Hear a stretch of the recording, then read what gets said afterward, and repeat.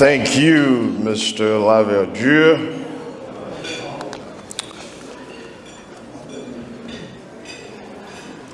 Distinguished guests, members of the chamber, and my dear future leaders, good evening. Every year, the Georgia Haitian-American Chamber of Commerce gathers in a similar room to deliver a state of affairs, to express its activism, and to embolden the next generation of leaders such that our homeland, Haiti, becomes a developed nation in our lifetime. I stand here tonight filled with bright optimism to acknowledge that the work you've been doing in the diaspora, in your communities, on behalf of Haiti, is inspiring. When the evidence of your misfortunes seem vast and stretch over a long period, you have dispelled the paralyzing myths and rebuilt a good life abroad, matured into a generation who refused to accept drawbacks as your children's inheritance.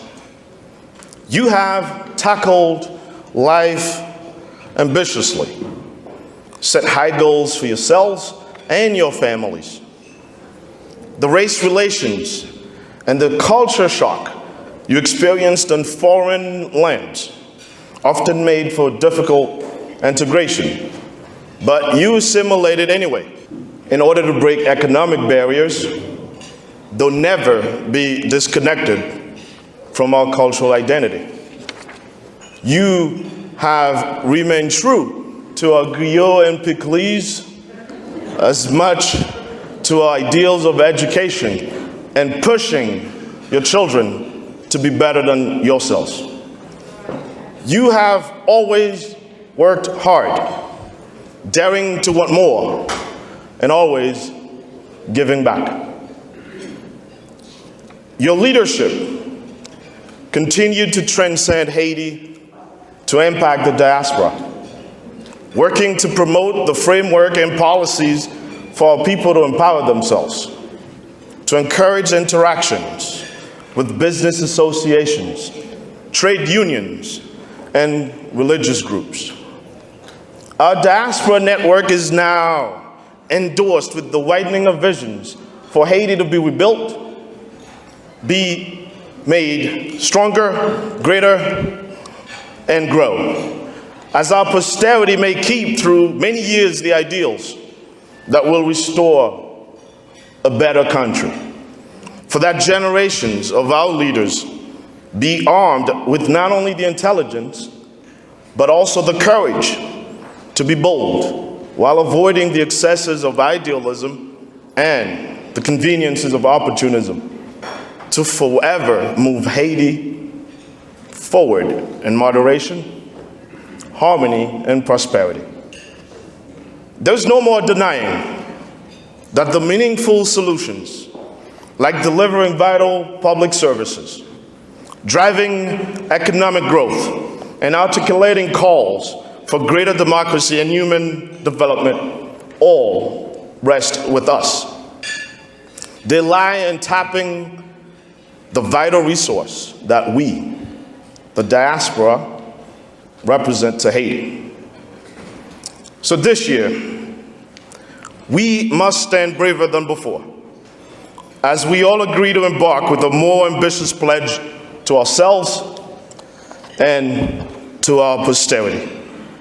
The pledge to vindicate the honor of the homeland, as we bound together in a more perfect union, permanent as a diaspora, a union superior to the control of all foreign force or influence, a union that can always order the terms of our existence.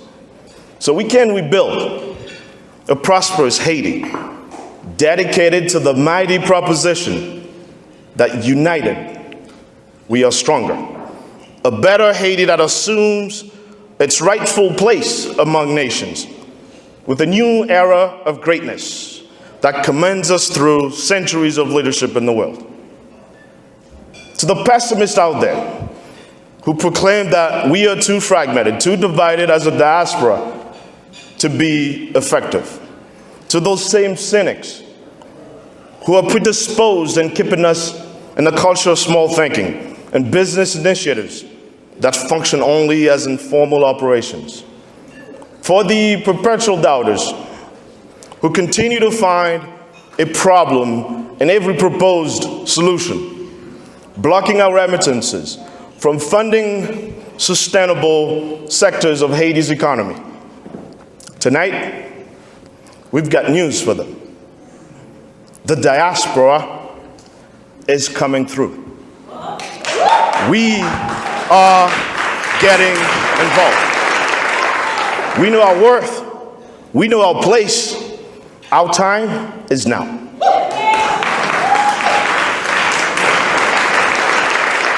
The time has come for the total inclusion of the diaspora.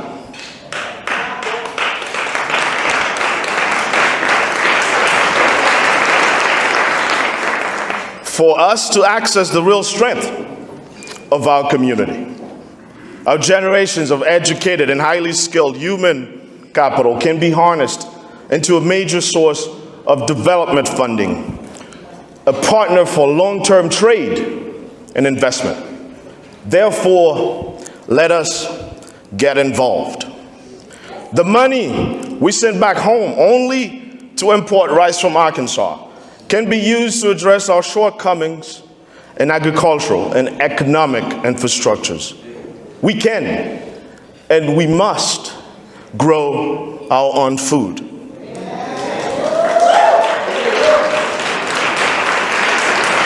So let's get involved. Our engineers can manage developments, improvements of water, sewer, and stormwater system to enable our cities and metropolitan areas to function as centers of commerce, industry, entertainment, and human habitation. Let's get involved.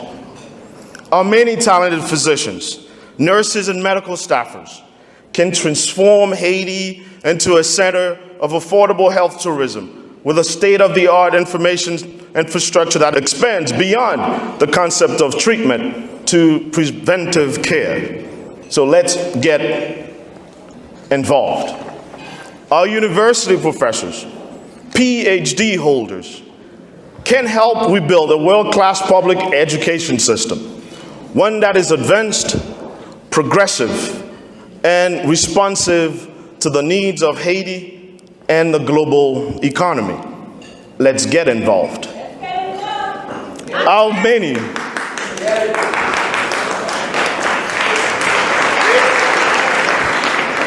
many investment bankers and financial advisors working to advance Wall Street and other foreign nations' economies can help with design banking infrastructure to provide all citizens and businesses with access to fully functional national credit system. Let's get involved. Our economists in the diaspora, they are enough to help Haiti ensure reasonable macroeconomic stability through monetary policies that effectively manage inflation and interest rates. Let's get involved. Our young leaders and public servants can redrain the homeland to ensure tranquility and justice in our political process. For that our loud dissents no longer personify the frustrations and reverberations of century-old inequities, but be exercised in subordination to good order. Let's get involved. Our network of lawyers, judges, law enforcement, retirees can oversee police reform, strengthening the fundamentals of justice, and uphold the rule of law for that our common liberty no longer constitutes our demise. We must get involved. We must participate.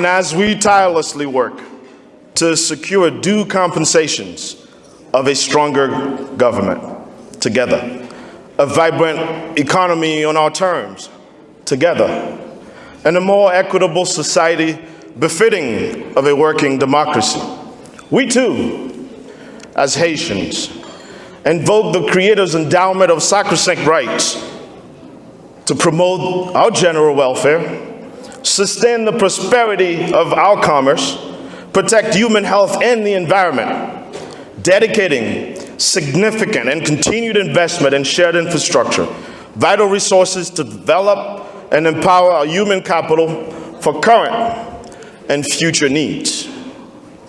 Let this be our earnest creed in our quest to secure endless and unmarred blessings of liberty, to direct ourselves and our posterity to a boundless reality. And to you, dear royalties and future leaders, always stand ready to answer the call of duty.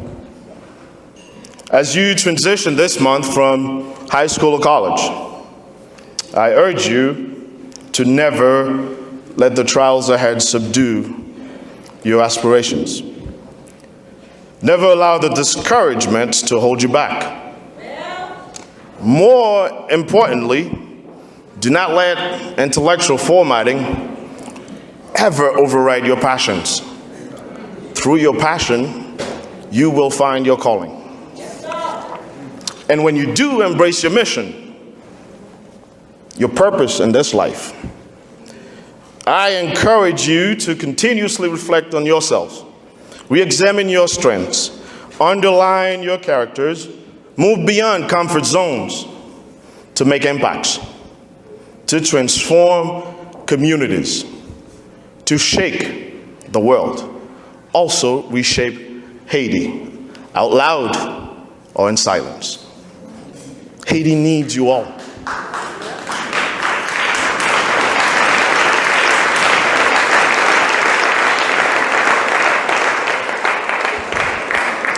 With the academic lights you shall receive, you must remove slowly the distance between men. That is the leadership responsibilities you are pledging today as a covenant to be leaders in communities and businesses and in government. Go live for the future of Haiti, staring every moment toward a dream bigger than yourselves. Get involved. These are my wishes to you all. And to you, dear members of the Chamber of Commerce, all its affiliates, and the diplomatic corps here with us tonight, there is an urgency, a moral obligation to achieve a competitive economy and to transform Haiti into a new, empowered, emerging force, a leader in innovation, environmental sustainability, and socio-economic justice. You can transport the same creative economy here in Atlanta to the corners of Cap Haitian, to the carnivals in Jacmel, and the stretch of beaches in Okai. You can create and control your own ecosystem through the Bell Initiative, just like you want, bridging Haiti with global commerce. You can. We can do all of this and more. Remember, we have a moral obligation to participate, because if we don't, the wrong ones will.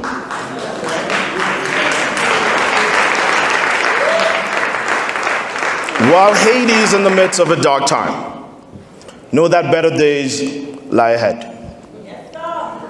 The light and goodness in the heart of a single Haitian, the prayers of a long-suffering mother, the loneliness of a widow or an orphan, the grief of a young man who cannot find work, the hunger pains of a child who cannot eat, or the assassination of a head of state is enough to shock our conscience into creating a new national order, a torch of sincerity to pick up the pieces, renew Haiti's spirit, and restore our dignity as a people.